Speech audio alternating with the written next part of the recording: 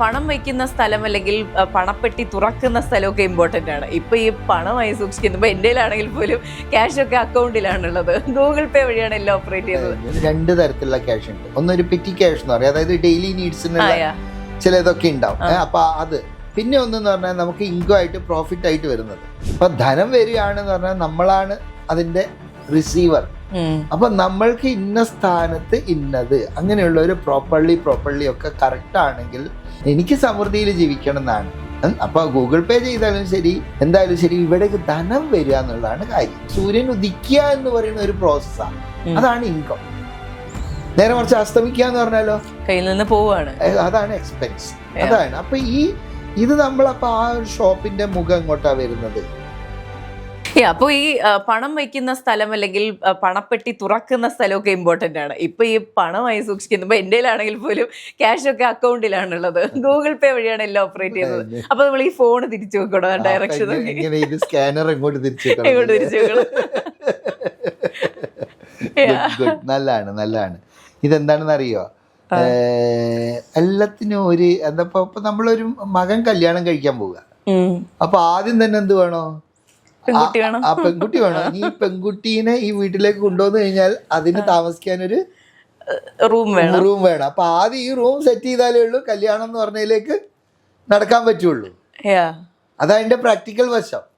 അതേപോലെ നിങ്ങൾ ലക്ഷ്മിക്കുട്ടീനെ വിളിച്ചു, ലക്ഷ്മിക്ക് ഇരിക്കാൻ സ്ഥലം കൊടുക്കട്ടെ.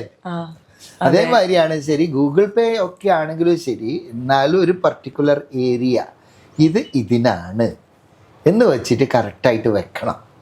അപ്പോഴാണ് നമ്മളെ മൈൻഡ് സെറ്റിൽ ആ സാധനം കറക്റ്റ് ആകുക. ഓക്കെ, ഫോണും അങ്ങനെ ഒരു പ്രത്യേക സ്ഥലത്ത് വെക്കണം. ഫോണ് വെക്കണം എന്നല്ല പറഞ്ഞത്, നമ്മുടെ ഇൻകം ആണത്. ഇൻകം എന്ന് പറഞ്ഞാൽ ഇപ്പൊ നമ്മളെ സ്കാനർ അവിടെ ഇവിടെ ഒക്കെ ഒട്ടിച്ചിട്ടിട്ടുണ്ട്, എവിടെ വേണം സ്കാൻ ചെയ്യാലോ അല്ലേ? പക്ഷേ ഈ ബാങ്കിന്റെ ഒരു അതിൻ്റെതായിട്ടുള്ള ചില രേഖകൾ ഉണ്ടാവും, കാര്യങ്ങളൊക്കെ ഉണ്ടല്ലോ. അത് അങ്ങനെയുള്ളത് പർട്ടിക്കുലർ ഇത് നമ്മൾ ആ ഒരു ധനമൊക്കെ വെക്കേണ്ട സ്ഥലത്ത് കൊണ്ട് വെച്ചാൽ മതി. അപ്പോൾ സ്വാഭാവികമായിട്ട് തന്നെ അവിടെ വേണ്ടതൊക്കെ വന്നോളൂ.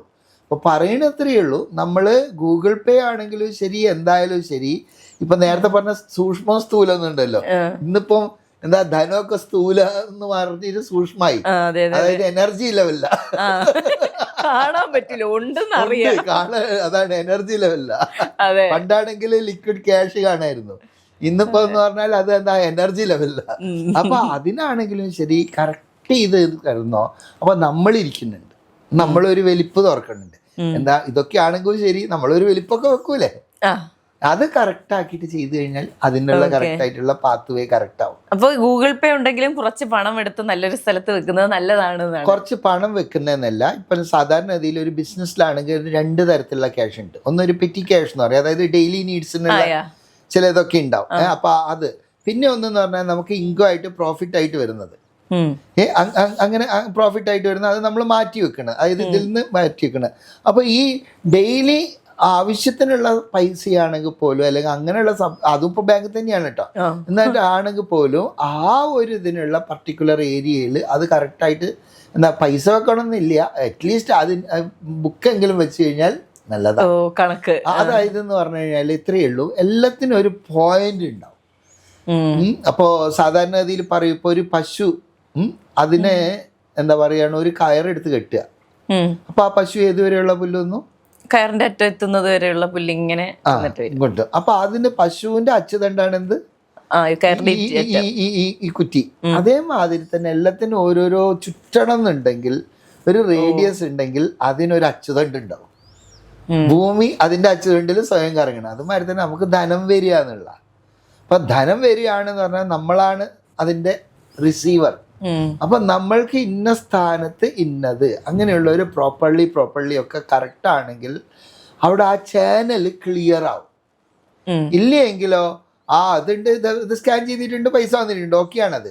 പക്ഷെ വന്നിട്ട് അവിടെ നിൽക്കണ്ടേ, അങ്ങനെ തന്നെ പോവുകയാണെങ്കിലോ അവിടെയാണ് അതിന്റെ ഇമ്പോർട്ടൻ്റ്. അതായത് എന്ന് പറഞ്ഞാല് ഈ ധനത്തിന് കുറെ സ്റ്റേജുകളുണ്ട്. അതായത് ഒന്ന് ഇൻകം വരിക എന്നുള്ളതാണ്, അതിന് പറയും കുബേരൻ പറയും, അതായത് ഇൻകം വരിക. രണ്ട് ധനം സേവ് ചെയ്യുക എന്നുള്ള, അത് സ്റ്റോർഡ് ആകുക എന്നുള്ള. അതായത് എവിടെയെങ്കിലും നമ്മൾ സംരക്ഷിച്ചു വെക്കണം, സ്റ്റാഗ്നന്റ് ആക്കി വെക്കണം. സ്റ്റാഗ്നന്റ് ആക്കി വെക്കുക സ്റ്റാഗ്നന്റ് ആകുക എന്നല്ല, എന്നാല് നീക്കിയിരിപ്പ് വരണം. Oh yes. എന്നാലേ ഉള്ളൂ, അതായത് ഇതിന് പ്രോഫിറ്റ് വരണം. പിന്നെ എന്താണെന്ന് വെച്ചാൽ ഇതിനൊക്കെ വേണ്ടി നമ്മൾ ഓടണ്ടേ. അപ്പൊ അതിന് ചിലപ്പോൾ ലിക്വിഡ് ക്യാഷും വേണ്ടി വരും. അപ്പൊ ഇതിന് ഓരോന്നിനും ഓരോ അവസ്ഥകളും ഓരോ പ്രദേശമാണ് വാസ്തുവിൽ. ഒന്ന് വടക്ക് പറയുകയാണെങ്കിൽ ഒന്ന് തെക്ക് പടിഞ്ഞാറ് പറയും, ഒന്ന് തെക്ക് പടിഞ്ഞാറ് പറയുകയാണെങ്കിൽ വേറെ ഒന്ന് തെക്ക് കിഴക്ക് പറയും. കാരണം എന്ന് പറഞ്ഞാൽ തെക്ക് കിഴക്കാണ് അഗ്നി ഉണ്ടെങ്കിലേ ഉള്ളൂ ബാങ്ക് ലോണ് അത് ഇതിൽ നിന്നൊക്കെ രക്ഷയുള്ളൂ. അഗ്നി കട്ടാണെങ്കിലാണ് നമ്മൾ ഇതൊക്കെ ചെയ്യണമൊക്കെ എല്ലാ മാസവും കളക്ഷൻ വരുന്നുണ്ട്, അങ്ങനെ തന്നെ ബാങ്കിലും പോകുന്നുണ്ട്. ഇത് പറയാൻ കാരണം ഇതാണ്. ഒന്ന് നമ്മൾ എന്താ പറയുക, ഇതിലൊന്നും ഒരു സാധനം ഇല്ല എന്നല്ല. നമ്മൾ സ്കാൻ ചെയ്യുകയാണെങ്കിലും ശരി, നമ്മൾ കയ്യിൽ മേടിക്കുകയാണെങ്കിലും ശരി, മാറ്റർ എന്താണെന്ന് വെച്ചാൽ നമ്മൾക്ക് ധനം വരിക, ആ ധനം കൊണ്ട് നമ്മൾ സമൃദ്ധിയിൽ ജീവിക്കുക എന്നാണ്. അപ്പൊ ഇതിന്റെ വൈബ്രേഷൻ കറക്റ്റ് ആണോ, അതിന്റെ ഒരു ചാനൽ ക്ലിയർ ആകണം. അതെ, ഇപ്പൊ സാറ് നേരത്തെ രോഹിതനോട് പറയുന്നു കേട്ടോ, പോസിറ്റിവിറ്റി നമ്മൾ ഉണ്ടാക്കിയെടുക്കേണ്ടതാണ്, നമ്മളത് ക്രിയേറ്റ് ചെയ്തെടുക്കണം, ആരും നമുക്ക് കൊണ്ടുതരുന്ന ഒരു സാധനമല്ല. കാരണം തന്നെ പ്രപഞ്ചത്തില് രാത്രി ഉണ്ടാവും, പകലുണ്ടാവും. എനിക്ക് പകല് മാത്രം മതി എന്ന് പറഞ്ഞാൽ നടക്കുവോ? ഇല്ല. അപ്പൊ എനിക്ക് എങ്ങനെയാ വേണ്ടത് എന്നുള്ളത് ഞാൻ ആദ്യം സെറ്റ് ചെയ്യണം. സെറ്റ് ചെയ്ത് കഴിഞ്ഞാലാണ് ഇപ്പൊ സിമ്പിളായിട്ട് പറയാം. ഇപ്പൊ നമ്മളൊരു ഹോട്ടലിൽ കയറി, നമ്മൾ പറയാം ഒരു മസാല ദോശ, ഒരു വട, ഒരു കോഫി ഓർഡർ ചെയ്തു. വെയിറ്റർ എന്ത് കൊണ്ടുതരും? മസാല ദോശ, വട, കോഫി തന്നെ. ബിരിയാണി കൊണ്ടുതരുമോ? ഇല്ല, തരില്ല. ബിരിയാണി കിട്ടണമെന്നുണ്ടെങ്കിൽ ബിരിയാണിക്ക് ഓർഡർ ചെയ്യണോ? അതെ, എന്നാലേ ബിരിയാണി കിട്ടുള്ളൂ. അപ്പൊ നമ്മളാണ് ഇത് ആദ്യം സെറ്റ് ചെയ്യേണ്ട ആള്. എനിക്ക് സമൃദ്ധിയിൽ ജീവിക്കണം എന്നാണ്. അപ്പൊ ഗൂഗിൾ പേ ചെയ്താലും ശരി, എന്തായാലും ശരി, ഇവിടേക്ക് ധനം വരിക എന്നുള്ളതാണ് കാര്യം. അതെ, ഓക്കെ. അപ്പൊ ധനം വരണ കഴിഞ്ഞിട്ട് അതിൽ നിന്ന് പ്രോഫിറ്റ് ഉണ്ടാണ്.